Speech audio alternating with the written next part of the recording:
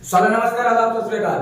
Welcome back to my YouTube channel Avinash sir classes. So students, आज के video में हम लोग डिस्कस करने वाले हैं फाइनेंशियल मैनेजमेंट का थर्ड चैप्टर के बारे में, जो है कॉस्ट ऑफ कैपिटल। इससे पहले फाइनेंशियल मैनेजमेंट का दो चैप्टर हम लोग कवर कर चुके हैं, जिसमें पहला है लिवरेज और दूसरा है डिविडेंड पॉलिसीज। आप लोगों में से जिन लोगों ने भी वो वीडियोस नहीं देखा है, डिस्क्रिप्शन में लिंक है, वहां जाकर आप लोग चेक कर सकते हैं। आज जो हम लोग चैप्टर का बात करेंगे वो है अपना chapter number third, cost of capital, जिससे आप लोगों का एग्जाम में 10 मार्क्स का क्वेश्चन होगा, चाहे आप लोग ऑनर्स का एग्जाम दे रहे हो, चाहे आप लोग जनरल का एग्जाम दे रहे हो। कितना मार्क्स का क्वेश्चन आएगा टोटल? 10 मार्क्स का। तो पहले हम लोग आइए जान लेते हैं कि कॉस्ट ऑफ कैपिटल होता क्या है और उसमें कुछ इंपॉर्टेंट कंटेंट्स क्या क्या है, जिसके बारे में हम लोग को आगे सम्स में जरूरत पड़ेगा। उसके बारे में जानना, उसका फॉर्मूला से हम लोग को सम्स क्या बनाना है, पूरा कंप्लीट करना है। तो पहले हम लोग जानते हैं कि कॉस्ट ऑफ कैपिटल का मतलब क्या होता है। तो कॉस्ट ऑफ कैपिटल का मतलब आप लोग सभी को जानते होंगे, ऐसा अमाउंट जिसको हम लोग क्या करते हैं, बिजनेस में इन्वेस्ट करते हैं। तो कैपिटल हम लोग दो तरह से मतलब ला सकते हैं। एक तो अपना कुछ भी ओनर्स फंड होता है, यानी हम लोग का शेयर हो गया, रिटेन अर्निंग हो गया, उसको हम लोग क्या कर दिए, बिजनेस में इंट्रोड्यूस कर दिए। दूसरा होता है बोरोड फंड, यानी कहीं से हम लोग क्या लेकर के आए हैं, पैसा उधार लेकर के आए हैं। तो पैसा का मतलब क्या, फंड को रेस करने में या फिर बोरो करने में कुछ क्या होता है, खर्चा होता है। उसी खर्चा को हम लोग क्या बोलते हैं, कॉस्ट ऑफ कैपिटल। जैसे देखिए, कॉस्ट ऑफ कैपिटल का मतलब क्या है, it refers to overall cost. इसका मतलब क्या है, ओवरऑल कॉस्ट होता है which incurs by the business या कंपनी, जो कि बिजनेस के द्वारा खर्च किया जाता है किस चीज में, टू बोरो मनी, किस चीज में, पैसा बोरो करते समय, या फिर raise capital from investors to fund its operation, या फिर कैपिटल रेस करते समय, यानी कि कैपिटल रेस करते समय लगने वाला खर्चा या पैसा उधार लेते समय लगने वाला जो खर्चा होगा, उसी को हम लोग क्या बोलेंगे, कॉस्ट ऑफ कैपिटल।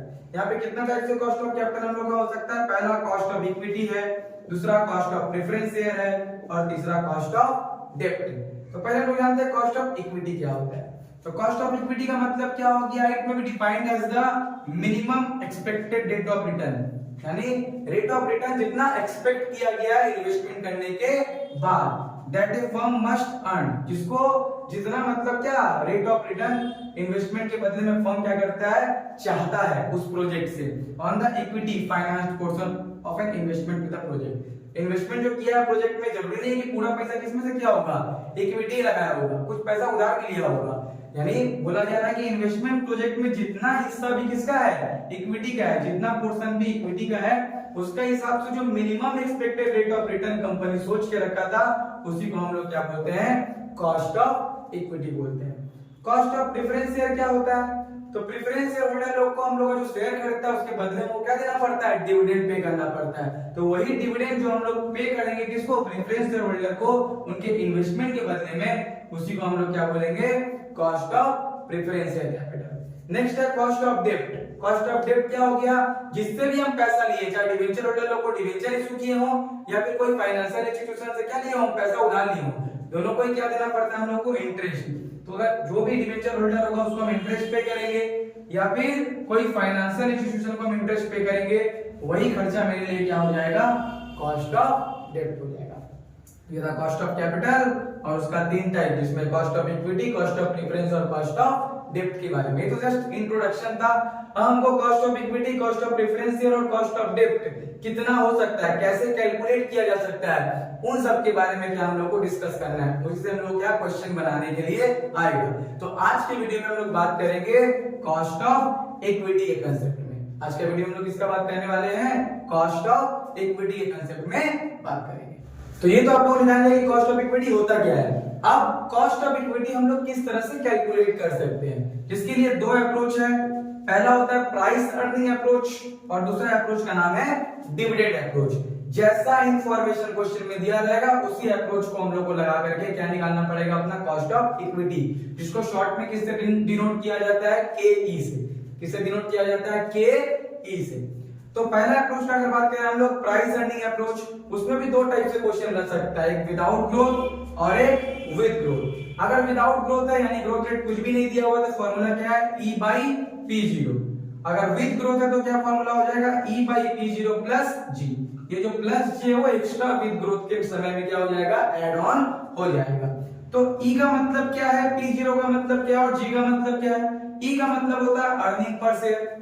अर्निंग अगर दिया है पर शेयर नहीं है तो अर्निंग को नंबर ऑफ शेयर से डिवाइड करना होगा, ऐसे डिविडेंड पॉलिसी में हम बताए थे। फिर P0 मार्केट प्राइस पर शेयर, ये क्वेश्चन में दिया हुआ रहता है। और जी मतलब क्या है, ग्रोथ रेट, ये भी क्वेश्चन में अवेलेबल रहेगा। अगर नहीं अवेलेबल रहता है ग्रोथ रेट तो किससे बनाएंगे हम लोग, विदाउट ग्रोथ हो गया वो, और ग्रोथ रहेगा तो विद ग्रोथ वाला फार्मूला से बना लेंगे। ये हो गया हम लोग का प्राइस अर्निंग अप्रोच। दूसरा अप्रोच है डिविडेंड अप्रोच। इसमें भी दो चीज है, विदाउट ग्रोथ और विद ग्रोथ। विदाउट ग्रोथ रहेगा तो D1/P0, विद ग्रोथ रहेगा तो D1/P0 प्लस G। D1 का मतलब क्या हो गया यहाँ पे, डिविडेंड पर शेयर। यहाँ पास अर्निंग की जगह पे क्या हो जा रहा है, डिविडेंड हो जा रहा है। बाद बाकी दोनों फार्मूला क्या है, सेम है। P0 का मतलब क्या हो गया, मार्केट प्राइस पर शेयर, और G का मतलब क्या हो गया, ग्रोथ रेट। ये था प्राइस अर्निंग अप्रोच के हिसाब से फार्मूला और डिविडेंड अप्रोच के हिसाब से फार्मूला। अब हम लोग एक बेसिक सा क्वेश्चन करके इसको डिस्कस करते हैं। आज हम लोग जो क्वेश्चन डिस्कस करेंगे वो है अपना क्वेश्चन नंबर 5। इसमें बोला गया Nishan limited plans to issue 1 lakh equity share at a market price of 100। Market price यहाँ पे हम लोगों को मिल गया 100 है। The flotation cost is 5%। ये नया कांसेप्ट है फ्लोटेशन कॉस्ट। जब भी क्वेश्चन में फ्लोटेशन कॉस्ट रहेगा तो जो मार्केट प्राइस रहेगा उससे हमको क्या करना पड़ेगा, उसको माइनस करना पड़ेगा। उसके बाद है if the company plans to pay dividend of 4.75 per share. तो यहाँ पे कौन सा अप्रोच हो गया, डिविडेंड का वैल्यू दिया, मतलब हम लोग को डिविडेंड अप्रोच से इसको सॉल्व करना है। तो डिविडेंड यहाँ पे बता दिया पर शेयर कितना है, 4.75, and the growth rate of dividend is expected to be 7%। तो ग्रोथ रेट भी सम्स में बता दिया गया है। Calculate cost of equity share, क्या निकालना है हम लोग को, कॉस्ट ऑफ इक्विटी निकालना है। तो देखिए किस तरह से सॉल्व कर सकते हैं हम लोग इसको। तो पहले तो हम लोग को निकालने बोला है कॉस्ट ऑफ इक्विटी। तो उसको पहले हम लोग फॉर्मूला लिखते हैं, जिसको हम लोग शॉर्ट में किससे दिखा सकते हैं, केई से भी। तो डिविडेंड अप्रोच से है तो डिविडेंड वाला फॉर्मूला लिख के दिखाएंगे, D1/P0 प्लस G। तो यहाँ पे वेयर D1 यानी डिविडेंड पर शेयर कितना दिया हुआ है, 4.75। उसके बाद से P0, तो यहाँ पे P0 कितना दिया हुआ है हम लोगों का, 100 दिया हुआ है। और यहाँ पे एक नया कंसेप्ट है फ्लोटेशन कॉस्ट का। तो फ्लोटेशन कॉस्ट कितना रुपया दिया हुआ है, 5% दिया हुआ है। किसका 5% हम लोग को निकालना पड़ता है, शेयर प्राइस का। ठीक है, पहले परसेंटेज में है तो उसको डेसिमल में चेंज कर लेते हैं, 0.05। और G यानी कि ग्रोथ कितना है, 7%। तो उसको भी अगर हम लोग डेसिमल में चेंज करेंगे तो कितना हो जाएगा, 0.07। अब यहाँ फ्लोटेशन कॉस्ट आया है, इसलिए हम लोग क्या करेंगे, फॉर्मूला में एक चीज और ऐड ऑन कर लेंगे, P0 के बाद ब्रैकेट में 1 माइनस F। तो हम लोग सॉल्व करते हैं, वैल्यू पुट करते हैं। D1 का जगह पे कितना हो जाएगा, 4.75। P0 की जगह पे कितना हो जाएगा, 100, या 1 माइनस F का वैल्यू कितना है फ्लोटेशन कॉस्ट का, 0.05। देन प्लस लिख के G का वैल्यू कितना है, 0.07। तो 4.75 पहले हो गया। अब यहाँ 1 में से 0.05 माइनस करना होगा, फिर वहां 100 से फिर उसको क्या करना पड़ेगा, मल्टीप्लाई।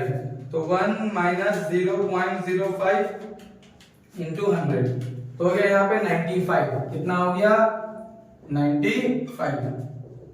और यहाँ पे हो गया 0.07। फिर 4.75 से डिवाइड करेंगे, 4.75 को डिवाइड करेंगे किससे, 95 से। जितना भी आएगा उसमें 0.07 को क्या करेंगे, ऐड कर देंगे। तो कितना हो गया हम लोगों का, 0.12। जिसको हम लोग अगर परसेंटेज में लिखेंगे तो कितना हो जाएगा, 12%। तो इस तरह से हम लोग डिविडेंड अप्रोच से हम लोग क्या निकाल सकते हैं, कॉस्ट ऑफ इक्विटी निकाल सकते हैं। ये क्वेश्चन कौन सा था, डिविडेंड अप्रोच से। अब हम लोग बात करेंगे कि अगर मार्केट मतलब अर्निंग के हिसाब से, अर्निंग अप्रोच से देगा तो किस तरह से हम लोग कॉस्ट ऑफ इक्विटी निकाल सकते हैं। तो अब हम लोग जिसका मतलब बात करेंगे जिस क्वेश्चन का, वो है क्वेश्चन नंबर 7, जिसको हम लोग किससे बनाना है, अर्निंग प्राइस अप्रोच से बनाना है। तो क्वेश्चन में क्या लिखा हुआ है, honest limited has issued 1 lakh equity share of 10 each. इसमें नंबर ऑफ शेयर दिया हुआ है 1 लाख। एक शेयर का प्राइस कितना बताया गया था, 10 रुपया। Current market price of the equity share कितना है, 80। करंट मार्केट प्राइस मिल गया हम लोग का, P0 मिल गया कितना है, 80। Net income available to equity share holder to the end of the period of ₹6 lakh. ये जो नेट इनकम अवेलेबल है मतलब टोटल अर्निंग दिया हुआ है, कितना दिया हुआ है, 6 लाख। यानी हम लोग का अर्निंग पर शेयर निकाल करके नहीं दिया है, टोटल अर्निंग दिया और नंबर ऑफ शेयर दिया है। जिस तरह हम लोग डिविडेंड पॉलिसी में करते थे, टोटल अर्निंग को नंबर ऑफ शेयर से डिवाइड करेंगे तो हम लोग क्या मिल जाएगा, ईपीएस अपना मिल जाएगा, यानी अर्निंग पर शेयर मिल जाएगा। The growth rate of earning is expected to 7%। Growth rate यहां भी दिया हुआ है 7%। You are required to ascertain cost of equity as per the earning growth model. कौन सा मॉडल से बोला हम लोग का? अर्निंग ग्रोथ मॉडल से निकालने के लिए बोला है कॉस्ट ऑफ इक्विटी। तो पहले तो हम लोग फॉर्मूला लिखते हैं, cost of equity. Earning growth model से फॉर्मूला क्या हो जाएगा? यहाँ पे E हो जाएगा डिवाइड बाई P0 हो जाएगा और G डिविडेंड का जगह पे जस्ट क्या हो गया यहाँ पे E। तो where E is equal to earning per share दिया नहीं है, अर्निंग पर शेयर हम लोग को निकालना होगा। टोटल अर्निंग यहाँ पे 6 लाख है, डिवाइड किससे करना पड़ेगा? 1 लाख जो नंबर ऑफ शेयर दिया हुआ है, जिससे हम लोग का अर्निंग पर शेयर कितना आ जाएगा? 6। उसके बाद P0 यानी मार्केट प्राइस जो दिया हुआ है 80। यहाँ कुछ फ्लोटेशन कॉस्ट नहीं है, अगर यहाँ भी फ्लोटेशन कॉस्ट रहेगा तो क्या हो जाएगा? 1 माइनस एफ हो जाएगा। उसके बाद है G यानी growth rate. Growth rate question में कितना दिया हुआ है? 7%। तो यहाँ पे 7% है तो कितना हो गया? 0.07। वैल्यू पुट करते हैं, E का जगह हम लोग कितना हो गया? 6, P0 का जगह हो गया 80 और ग्रोथ रेट का जगह हो गया 0.07। अब इसको कैलकुलेट करके देखते हैं कितना है? 6 डिवाइड बाई 80, जितना भी आएगा उसको 0.07 उसमें ऐड कर देना है, तो हो गया 0.145। अगर उसको हम लोग परसेंटेज में कन्वर्ट करेंगे तो कितना हो जाएगा? 14.5%। तो इस तरह से हम लोग क्या कॉस्ट ऑफ इक्विटी को अर्निंग ग्रोथ मॉडल से भी बना सकते हैं। जस्ट फॉर्मूला अगर आप लोगों का सब क्लियर है तो आराम से हम लोग क्या कर सकते हैं? सम्स को सॉल्व कर सकते हैं। तो अब फिर हम लोग बात करते हैं क्वेश्चन नंबर 4 के बारे में। ये अपना थर्ड और आखिरी टाइप होगा कॉस्ट ऑफ इक्विटी में। पहला दो टाइप में हम लोग डिविडेंड अप्रोच से और अर्निंग ग्रोथ मॉडल से कॉस्ट ऑफ इक्विटी किस तरह से निकलता है वो सीखे।